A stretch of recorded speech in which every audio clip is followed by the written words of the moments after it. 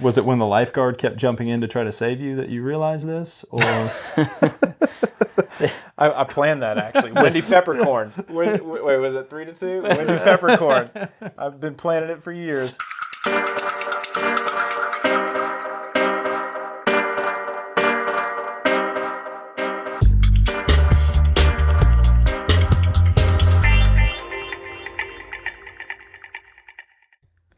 What's up, everybody? Welcome to another episode of Coaches on Couches.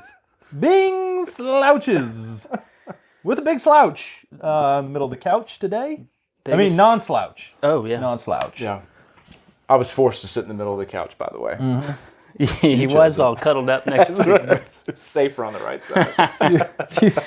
You know, some people just feel as though Brian's a safe, Well, he's tall. safe bet. Yeah, he's tall enough to hold you if you needed it. He's so bony. Long, bony arms. He'd run in a fight. All right, we got Bobby Weakley on the couch, a.k.a. Raekwon Goodbody. If you're looking to follow him on the Insta, we'll get to him in just a second. That's not a joke. It really is a Raekwon Goodbody. That is not. Yeah, that's not a joke. There it is again. 13th follower gets $10 Taco Bell. You're going to wait till 12. Let's speed this along. That's right. I am Coach Dale Sanford. I am Coach Bryant Funston. We are the co-founders of BPC Performance Coaching, where we specialize in helping time-crunched athletes optimize their busy schedules so they can maximize their athletic performance. Every BPC coach is trained in our 5 pillars coaching system that has been developed over the last decade through our work with athletes of all ages and ability levels, from fresh off the couch to world championship competitors. You can find out more about BPC by going to buildpeakcompete.com, checking Facebook and YouTube at Build Peak Compete, or all up on that Instagram at BPC Performance. Boom. Even with them setting a pick, you got it. Yeah. You got it. I powered through. All right, we're gonna get to Senior Weakley over here in a second, but first, shout outs. Love the shout outs. I'll kick things off. Do it. Tony Gambrell. He's received shout outs before. He knocked out a Ragnar his first time ever. And totaling up his times, he ended up doing 15 miles on his 3 legs that he did at the relay. Each one sub-7. His first one, he was pretty excited and went out. He was psyched. He went out and set some PRs for run pace on his first one. Nice. And he was that good kind of sore come Monday after no sleep and running 15 miles at 6:40 pace. Heard he racked up a few kills. Kills? I was unfamiliar with the fact that they track kills in in that world of racing. So point-to-point relay style racing. Yeah. He had 21 kills, which is where you pass another runner. I think 21 the first leg, 31 the second, and 7 the final. And they were 4th in the corporate category. There was 400 and something teams. Nice. It was nuts. Wow. Bingo, bango, bongo. But my question was, my big question was whether or not he was killed by anyone. Did he get past? There's a movie quote tally that's now being, if you hear giggling in the background or movie quotes being strung in through this awkwardly. Dale and Bobby are going head to head here. Yeah. There's my shout out. Nice. I've got one. Tim Lin. He competed in his first official Ironman Pro race, Shanghai 70.3. Had a solid race. I believe it's a PR for him. He did a 4:10. Had some mistakes we learned from. We're going to get better on the next one, but overall, for lining up next to people like Tim Don and the big boys of Ironman these days, awesome race. Solid. Awesome race. Another one this weekend was walking tall, 50K and 25K. We had a few people out there, but first big shout out is to race directors Brian Williams, Sean Hilsden. Their families are really involved in the race, and then obviously the the folks at Big Hill Pond Rangers and Oh all yeah, that they stuff. support that race like nothing else. Massive support. Fantastic event. If you've never done it, we've had them on the couch before. The reason we support it is that they put so much time and energy into that race, and it's awesome. By the way, if you're in the Memphis area and you haven't been to Big Hill Pond, like hour 15 from where we're at right now, hour from Collierville, super cool. I mean, the trails were awesome. We went and hiked with the family on Sunday. It's like, wow, I didn't realize something this cool was this close. You can kayak, you can paddleboard, you can use an electric motor boat in the lake, and Did you motorboat it? Did you motorboat it? There's You no did motorboat it, didn't you? There was no motorboating. We didn't have any boats. You motorboat. But the ranger, talking to the ranger, there's a chance they may try to get swimming allowed. So for the open water swimmers, Nice. that might be an option for Memphis folks. Nice. Continuing with the shout outs. Yeah, so at the race, we had, Coach Chris and his wife, Rebecca, were second overall in the 25K. And then Jason Cruz was 8th overall, I believe. Great run for him, for sure. Our buddy Marcus Jones won the 25K. He was blazing, course record. And then Hunter Hall won the 50K with a pretty dominating course record. He won in dominating fashion, like 20 minutes or something like that. It was big.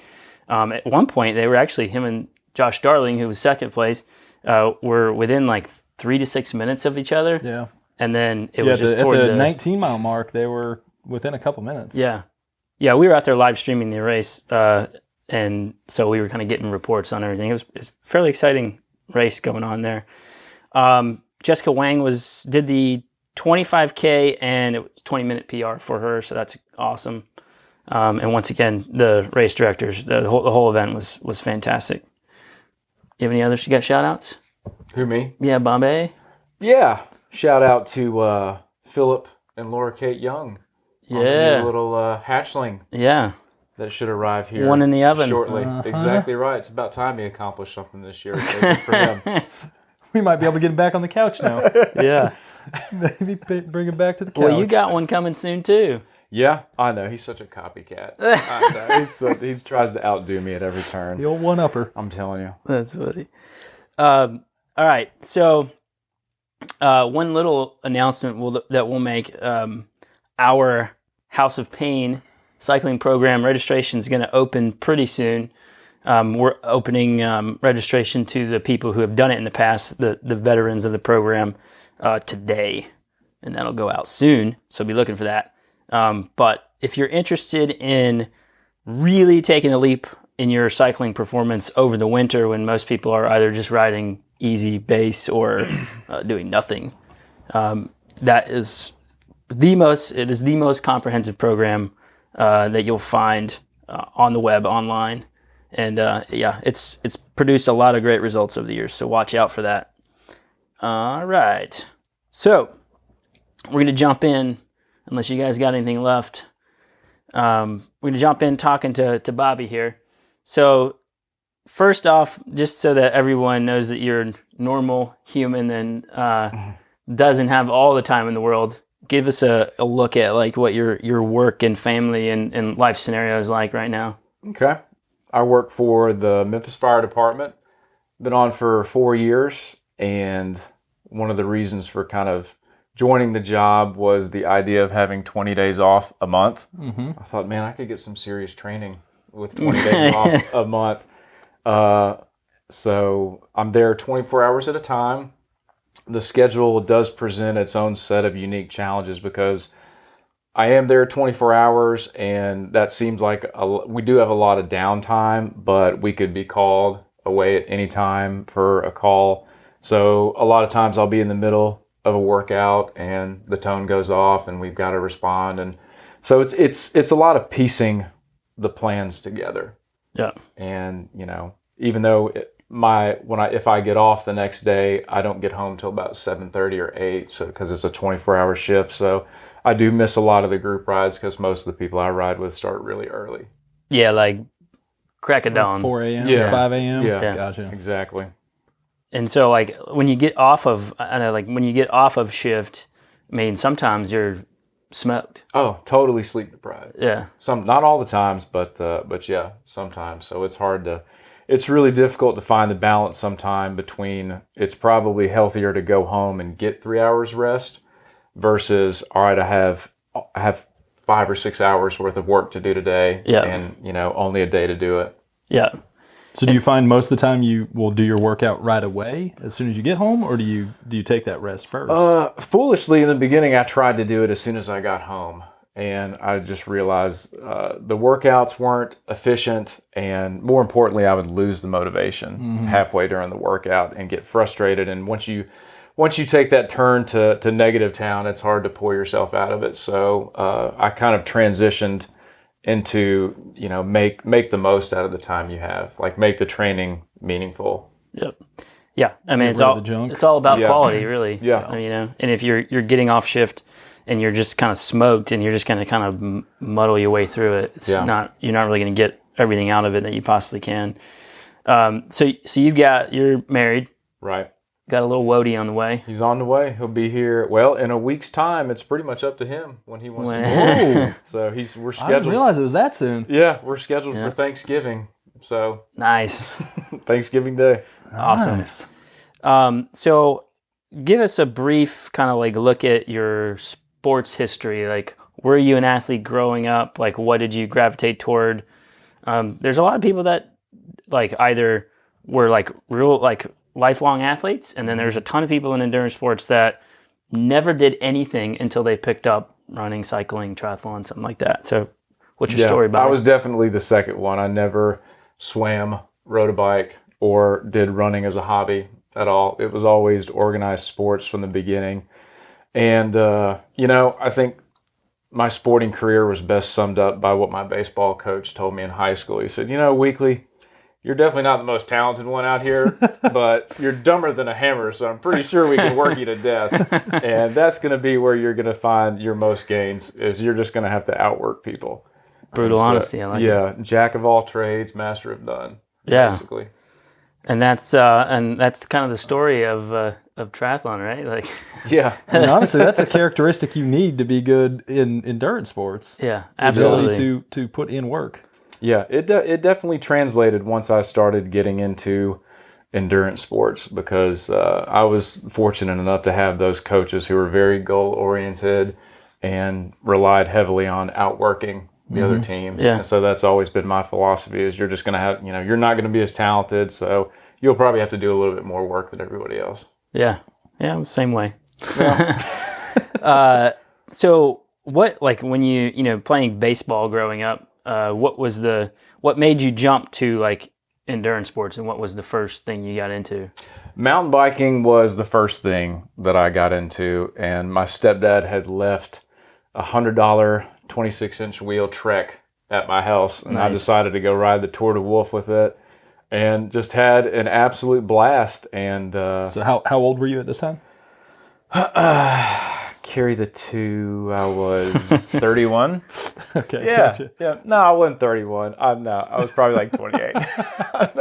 I don't math very well.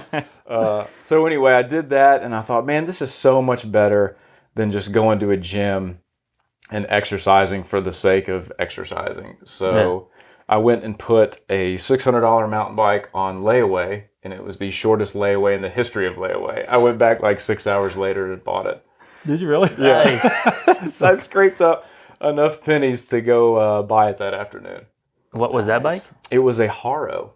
Oh, okay. Yeah. Yeah. Nice. And, just I'm pretty impulsive, so that bike quickly got sold and spent money on a more expensive bike. And my wife worked with a guy, an OG in the mountain bike scene, Jason Dallas. Yeah. She said, you need to go ride bikes with this guy. He's supposed to be a pretty good mountain biker. And I met him and I saw him and I'm like, I don't see this guy as being he looks more like a video game designer. And you're right, I didn't see him as a mountain biker, because 10 pedal strokes and he was gone. He was gone. Isn't that amazing? Yeah. In a That is sport, amazing. like you can look at people and go, So unsuspecting. oh, very much so. But he's the one, And then we ended up signing up for my first mountain bike race, which was Sillamoe's Revenge. Yeah. Which was going to... Strong first race. Yeah, it was a dumb first race.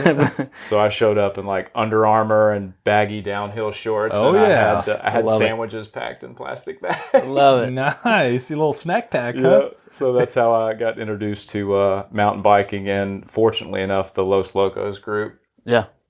So what was the once you started mountain biking, because I know you did a little bit of triathlon prior to making the jump back to doing an Ironman, but what was the span of focusing on mountain biking? Right. Well, back then, I think this was 2013 or 14, Los Locos was still considered a triathlon team. Yep. So I just figured in order to be considered for the team, I'd have to learn how to do triathlons. And so, self-taught swimmer as an adult, which I don't recommend, is definitely not, it's you have a better chance of drowning than you do swimming effectively.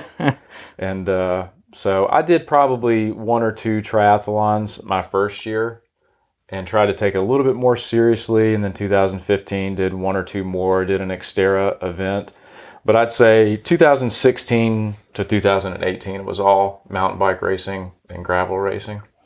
Yeah, because you and Hart Robinson and David Collins, who have both been on the couch, did that Delta Epic. Did you Delta Epic? Yeah, we did the Delta Epic, 300 miles.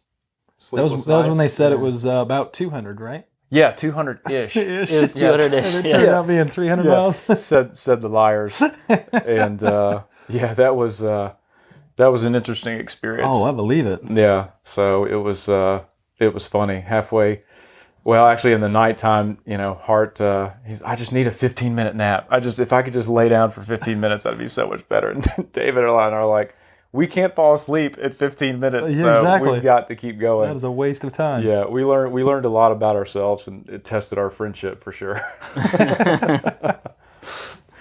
So, what made you want to jump over to multisport and go? I mean, you were already doing some extremely long events, as far in that regard. But what made you want to jump straight into triathlon and take up 2 more sports and then take on something like an Ironman? It was probably the 20th time I crashed in day 3 of the Breckenridge Epic, where I thought, an Ironman would be a lot easier than falling down in front of all these people. But seriously, it was the Ironman. I don't know. I think a lot of people, it's viewed as like the mecca of endurance sports. And I remember as a kid seeing these sickly looking athletes on TV in the early 90s doing these crazy distances, and it just like, oh my gosh, that's only for the top 1%. So you thought of it like as a really solid weight loss program? Yeah, exactly. It's getting a little big in the midsection. Yeah, exactly. Yeah, I've always been fairly top heavy, so this is the only way I'm going to trim down. But it was, it was always kind of like a bucket list style. It was always on the bucket list, always in the back of my mind, and it was just all about the timing. Like I always knew that I wanted to do it. It was just waiting for the right year. Yeah. So let's jump into how you made the switch, because you weren't doing a whole lot of running or swimming, in that span of mountain biking. So how did you go about at first kind of making the switch from one sport and adding in 2 more? Did you just jump right in? I completely disobeyed all the rules of the last podcast, and I did not run 2 easy miles. I mean, I got off the plane from Breckenridge, and the next day, I think, recovery. Yeah. I recovered that whole flight home. There's so much more oxygen in Memphis. I'm gonna go run a marathon. But I think I ran 5 or 6 miles the first day back, and I tried to hold the same pace that I was holding 4 years ago. Not recommended. Yeah, not recommended at all. But I think once I became patient enough and understanding enough to accept that you're going to have to kind of try to master the fundamentals of these disciplines before you start trying to add volume and speed. Otherwise, you're just going to do it incorrectly. So did you run into any body snafus on the way there? No, surprisingly, just a little bit more durable than I expected. I hit one one little snafu probably once I started getting into the longer distances of the running, and just had like a minor calf issue at the time. I thought was, you know, the end of my Ironman dream, but it worked out, and I was able to push through it, and that was really the only incident. It's always funny how like endurance athletes get, like, they go for so long without an issue, and then they get like one little like tight something and they just freak out.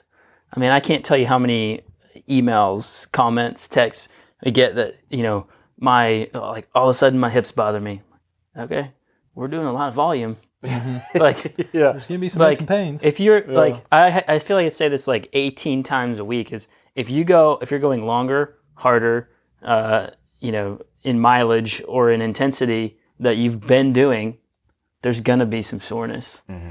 So if you get tight or sore, not a big deal. You know, it's the sharp pain and things like that we want to, like, Knowing the difference between an injury and soreness Yeah. are key, and trying to figure that out. Can yeah, be- it's like, are be you tough. injured? What is it, Are you Jefferson? hurt? Are you injured or are you hurt? No, that's a tie. That's a tie. Fine. Home bing. cooking. Home cooking. Watch. He'll give it. Okay, he gave me one. Gave you both one? Oh.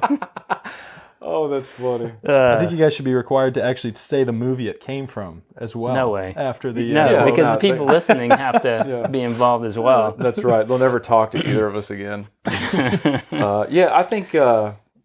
Just to kind of jump on what you said, you know, when we talk about that, like, it makes me think of all the maintenance off the bike and out of the run shoes that was required to try and avoid those injuries. I mean, I just don't think, for me personally, I don't see how I could have survived the training without all the foam rolling and the stretching and the core work. It just, which is often what people neglect. Absolutely. And then when you start talking to them about the tightness or the injury that's starting to show its head, it's like, well, have you been doing the stuff outside of training to help with recovery, to help prevent this sort of stuff? And usually, like, well, no, I don't have time for that. I don't have time to do my strength. I don't like doing it. And it's like, well, it's all going well till it doesn't. And usually that's what it is. And with an injury, you know, you don't notice anything, and suddenly it's, you know, one step, and you start noticing it. So being diligent about doing the stuff to maximize recovery and keep yourself healthy is huge. Yeah. Yes, you have to absolutely do the small things to keep yourself, you know, strength and flexibility will keep you durable, but then it's like the things like foam rolling and good hydration and nutrition that are going to keep your energy levels high and keep some of that soreness at bay. You know, there's obviously things like recovery boots and, you know, Mark Pro and Compex and all those other things that you can help, you know, reduce some soreness, but realistically, the best things you can do for your recovery are good nutrition and hydration, and then stretching and making sure you're doing strength work. And the other aspect is going to be sleep. So I'm curious to hear, like, with your job, sleep routines, do they get messed up for you quite a bit? I mean, that's when a lot of recovery happens, when you're sleeping. But, you know, a non-traditional sleep schedule where you're working at 24 and you don't know how you're going to sleep or if you're going to sleep. Yeah. Did you run into issues there, or you notice it affects your... Yeah, absolutely. And I think organization was really the best remedy for it. Like, our work schedule is 3 days, and we have a day off in between the first two, and then 4 days off after the third shift, which you know, no one understands, and people forget after 10 seconds. But what we had to adjust was trying to, those key workouts, like the long stuff, the speed stuff. I mean, that was, I was more efficient on my 4 days off when I actually had 24 hours to be away from the station and sleep without worrying about being woken up. So I tried to take as much advantage of those 4 days off as I could versus trying to schedule a 6-hour bike ride, you know, the next morning. In between two 24s. Right. Yeah. And the thing is, even if we get 7 hours of sleep at work, it's still not good sleep. It's kind of like you're sleeping waiting to be punched. You know, like someone's going to wake me. It's almost like having a newborn baby. Yeah, exactly. So A lot like that. So Right. you're ready to rock, I'm dude. telling you, I feel like I was definitely prepared. I'm definitely preparing for it. For yeah. sure. Mama Past 4 years. ain't gonna know what hit her though. Mama likes to sleep. Mom was a professional sleeper for sure. He needs that 10. She can fall asleep in needs that 15 10. seconds. So of all the things in the making the jump, what was the hardest part for you? By far the swimming. By far. I think I've always viewed swimming as kind of like a golf swing. If you teach yourself how to do it incorrectly and you do it enough times, muscle memory will take over, and it's impossible to fix. Like, you may think you're doing it right, but it's completely out of whack. And you may do it right for the 10 strokes that you're absolutely focused on it. Yeah. And then when you start swimming, you just go back to the old That's bad habit. That's exactly right. And I would find that once I tried to start putting in any speed work or putting forth any effort, that the technique would just go completely out the window, and I was back to just sloshing around like Nemo. Was it when the lifeguard kept jumping in to try to save you that you realized this, or?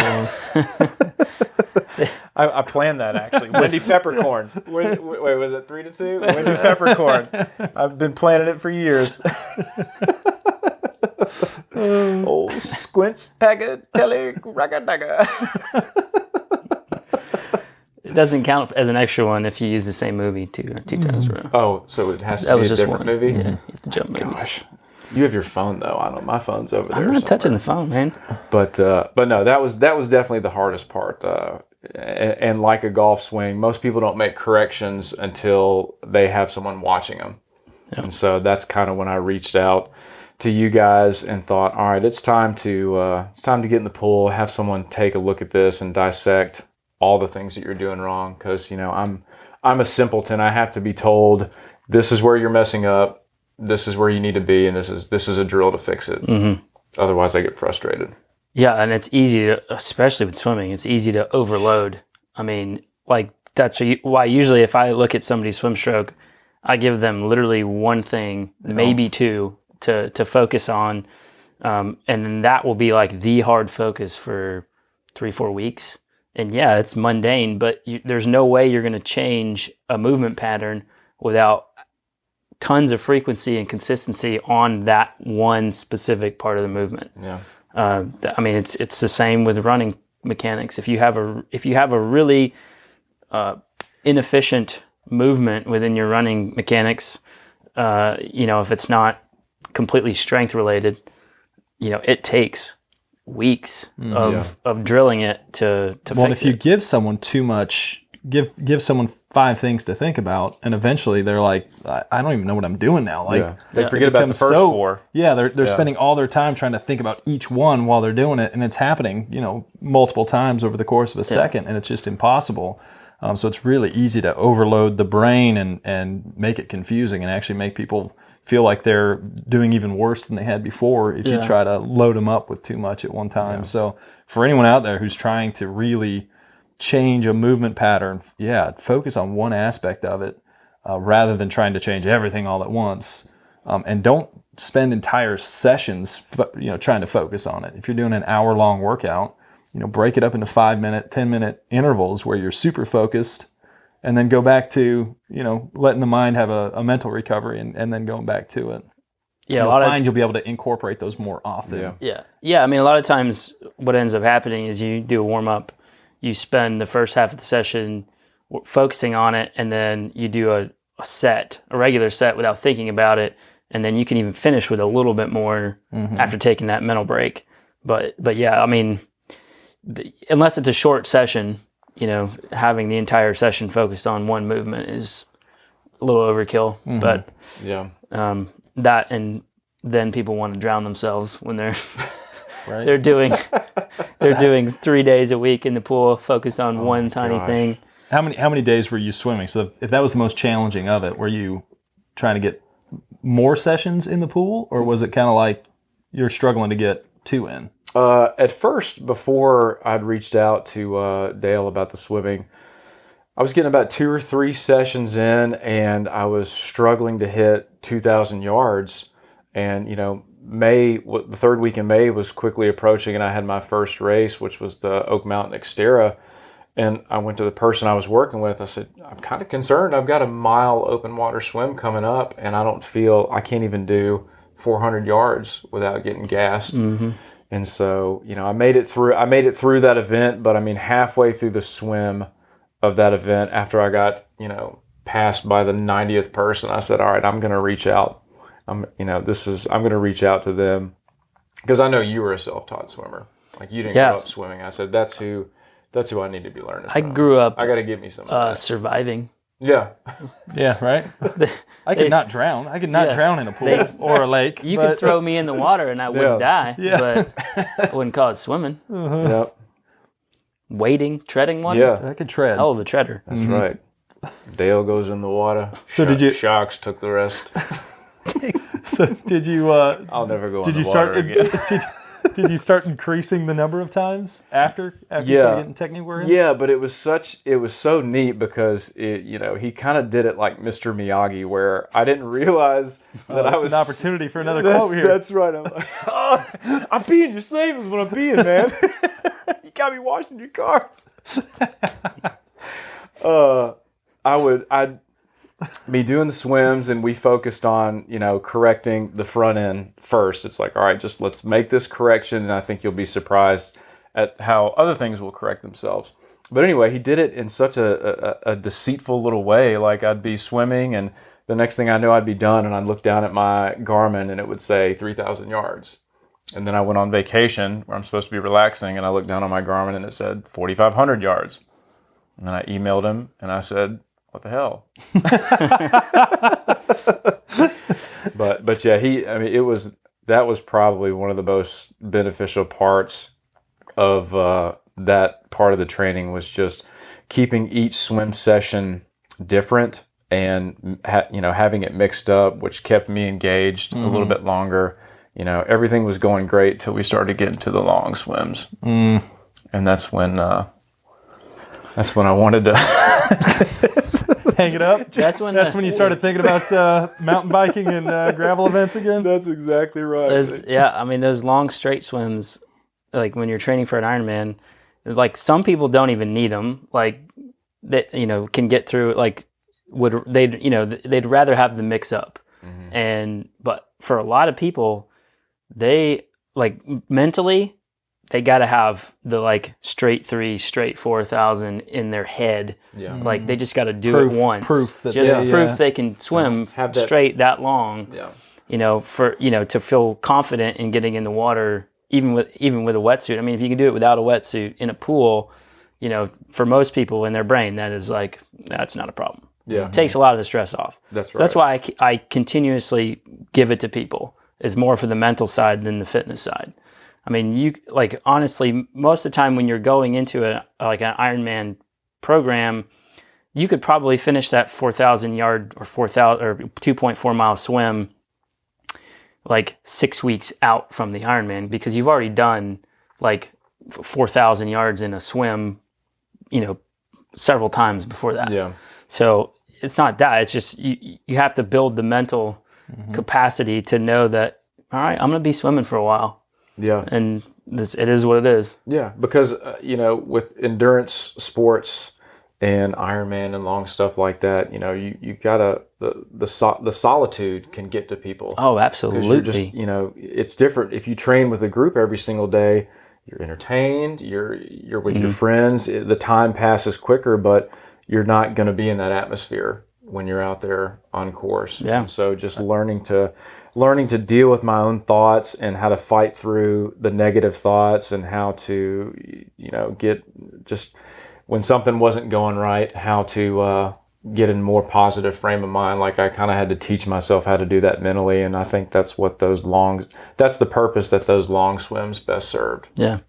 Yeah. I mean, a lot of the long efforts, sure, most people don't need to do 112 or 120 mile bike to finish or even do decently well in an iron distance race.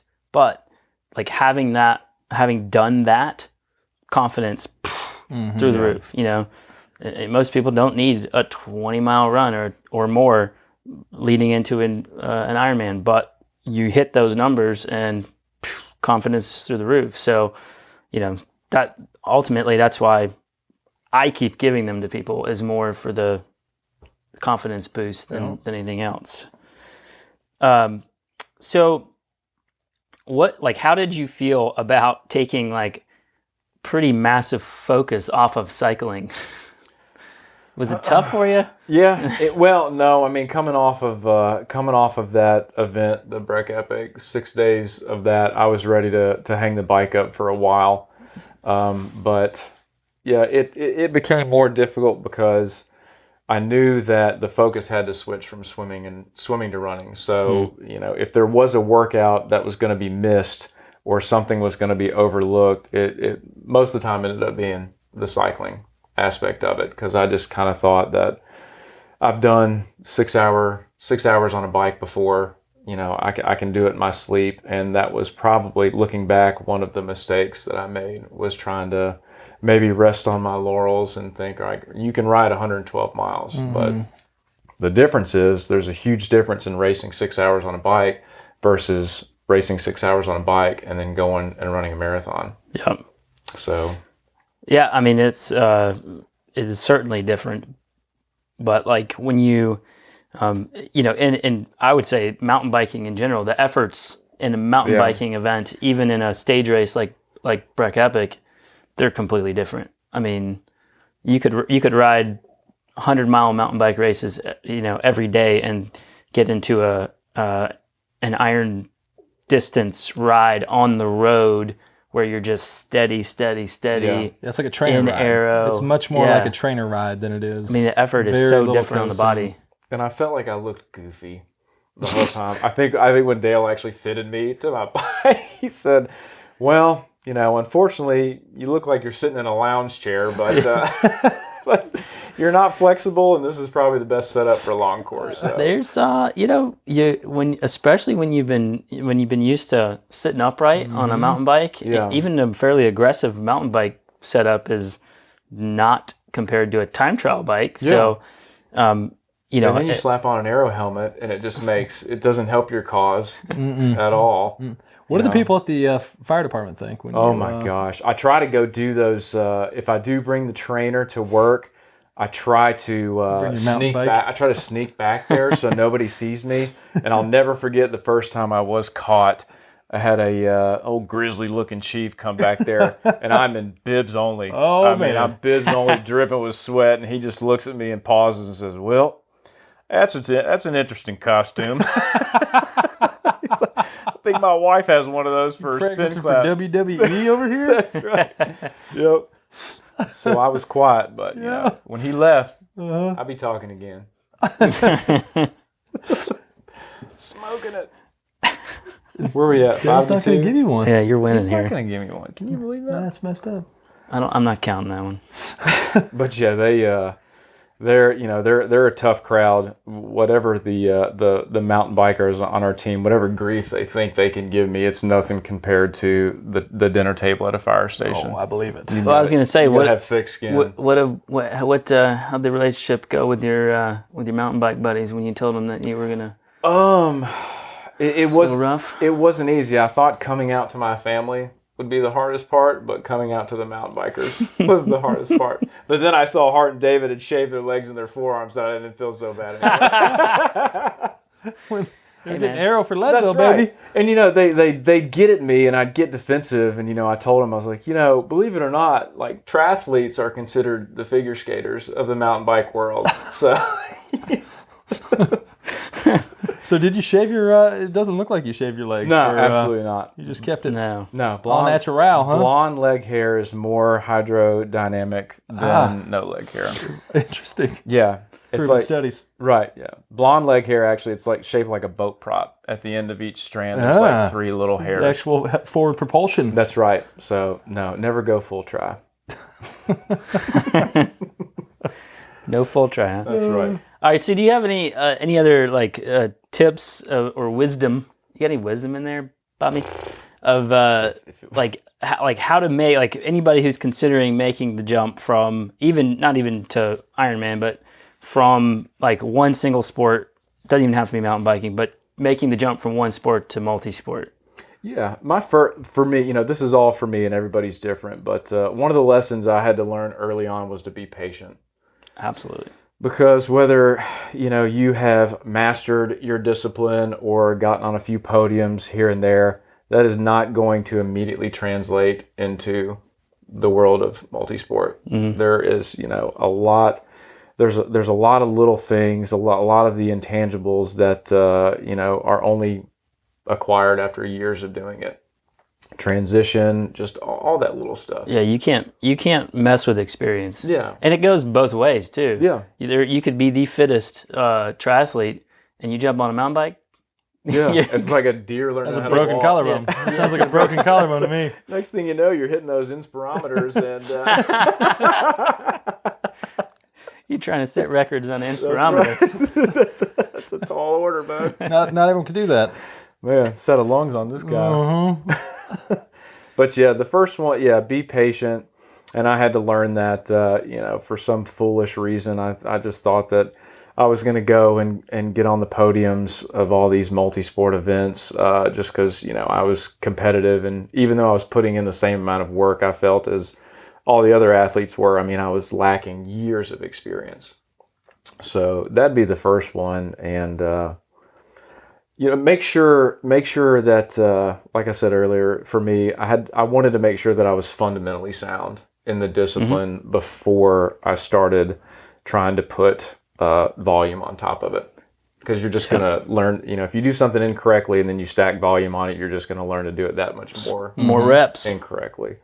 Yeah, and over the course of, an iron distance event, inefficiencies, for 9, 10, 15 hours, that's a big multiplier. If you're losing energy every pedal stroke or every swim stroke or every time your foot's making contact with the ground, if you can improve each one of those 5% over the course of 10 plus hours, that's a massive gain there. Yeah, and like you mentioned just about the running, you think there's so much, it's like technical overload when you try to learn to swim correctly, but running is something that can be so easily overlooked, and you just think, why come from an athletic, we're built to run. It's like the most natural, instinctive thing there is, but that can carry you, or to me, it could carry me to a 10K, a half marathon. But once I started getting into those 15-mile runs, 16-mile runs, and got hurt, I thought I need to have someone look at this and make sure that I'm doing it correctly and efficiently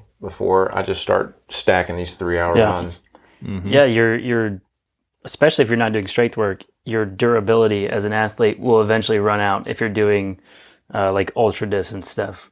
If you're not working to increase it via strength work and a gradual progression, if you're losing energy or having maybe a not so efficient movement while you're running or cycling or swimming, once you get in those high volumes, that stuff is multiplied, and you're going to you could set yourself up for an injury basically, because you're just hitting that poor rep, that weak muscle, that whatever, over and over and over and over.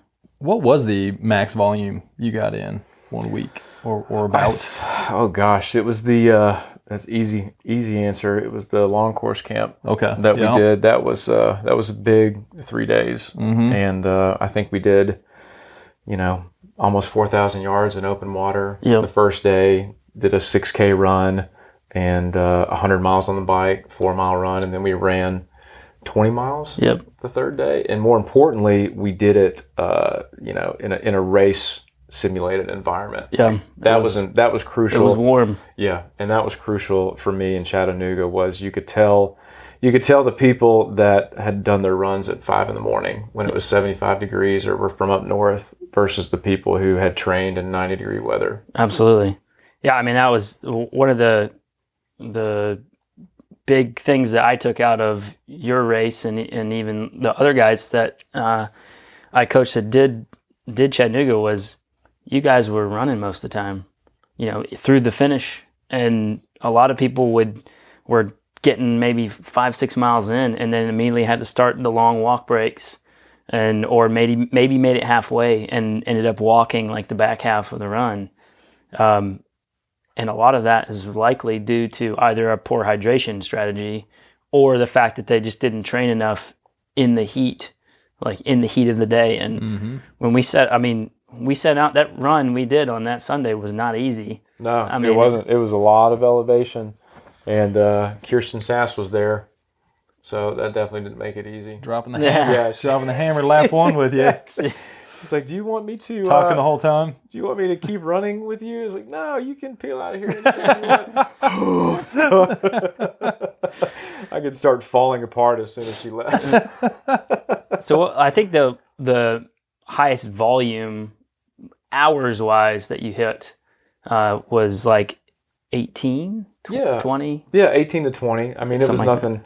I didn't go like I don't have the time to be Lionel Sanders. So, I'm not hitting 30 hours a week. No. I'm not Canadian, so. No, it was 18, 20 hours of very focused training. So no, it ended up being a real good day for you. So you're going to go back? No. Done. Yeah. One and done? I'm telling you, as of right now, I'm one and done. I really don't feel like I have any regrets about how it went. I had a goal time in mind, but due to the conditions that it wasn't practical to try and hit that, I would have Super hot day. Right, I would have just completely fallen apart. So I wanted to make smart decisions and run the marathon. And I was able to do that. I wasn't able to run it at my desired pace, but once I found a pace that I could settle into and hold, I was able to hold on to it. And so, yeah, I left. Were you tracking kills? No. I'll take the shot when I'm good and ready. All right? That's right. You got a fire or clear, Iceman. No, I wasn't. I wasn't tracking kills. It was a rough run, man. Shout out to the volunteers at Chattanooga, because those people were willing to do some of the nastiest things to get a runner to the next aid station. I mean, they reached in places of my bibs where my wife wouldn't reach to put ice down there, and I wouldn't have survived otherwise. So, man, Chattanooga was they were unbelievable. The support there was incredible. Yeah, it's always been a fantastic event. Yeah. I mean, most Ironmans, you come out of pocket for it, but but the support is there, and they're obviously unforgettable events. Yeah, they really are. They're life-changing, and I think probably the best piece of advice that I got throughout the entire experience was a guy told me, he said, once you're there, just enjoy the day. He said, it's going to be hard. There's going to be challenges and ups and downs, and you're going to go into some dark places mentally, but the hard work's over. I mean, the hard part are the 4:30 swims and the 6-hour days on the bike. Like, once you're there, just try to soak it up and really enjoy it. And I think that was probably the biggest accomplishment, is I feel, looking back, I was able to do that. And so that's why I'm not rushing to get back there anytime soon. Which leads to the last question. Yeah, here. man. What's next for you? We got little baby Wade Weakley. Wade Weakley will be here Thanksgiving. That's a big step. Yeah, that's a big step. That's shout out to an adjustment. Yeah, Mrs. Goodbody. She's been a champ throughout the whole team, throughout the whole thing. So I wish I would have queued this up, but I still laugh at that little interview that you gave right after the 20-mile run at the training camp. I don't understand. You must have blacked out, but we put the camera in your face right after finishing a 20-mile run. Yeah, and you went on a tirade about not being able to find a bait shot. Right. Yeah, we're where? McKenzie, Tennessee? Yeah. There should be one on every corner. And I could not find one at all. I thought this is a prime place. We ran around for 20 miles. That's right. Never Not found one it. bait shop. That's right. I thought. Now you can go catch fish. Yeah. I mean, if you're going to get a juicy night crawler, where's a better place to do it than McKenzie, Tennessee? Well, I can't think of one. Yeah. Well, it ain't McKenzie, Tennessee. I never found it. We're going to have to talk to Sass about that. Never found it. Sounds like opportunity. Business opportunity. Yeah, she's got a year to fix that before I go back. There better be a bait shop when I get back there. If I don't leave with some night crawlers, heads are going to roll. Faux show. Give me problems. There's going to be consequences and restitutions. There's another one. All right, so what is next? What do you got? Man, I I hate to waste all of the effort that has gone into just kind of getting back to baseline with swimming and running. So I think Dale and I are going to, I think we're going to go after Xterra. Excellent. Try to Putting on that dirt hat again, and That's right. Try to see if we can qualify for Maui. We gotta stop through. It's got to stop in Birmingham, Alabama first, though. yep. So that's really the big goal Nice. for next year, is to try to parlay some of this effort into a good Xterra season, and Excellent. maybe throw in some gravel racing in between. Just to keep it fun. That's right. Just stay on some dirt. I like it. Keep it fun. All right, man. We appreciate you giving up your time and Yeah. coming and chatting with us. Thanks What for was having me. What was the final tally? The tally was 2-7. I got Wasn't even smoked. close, man. Oh my I got God. smoked. Dale, you got like a parting embarrassing. quote Yeah. you can do here? Something? Anything? You know, Sometimes sometimes, like I love lamp. sometimes you just wake up in the morning and. Not even mad. I'm impressed. All right, we're cutting this off. All right, everybody. We appreciate you hanging out, listening, watching, and we will catch you guys next time. Adios.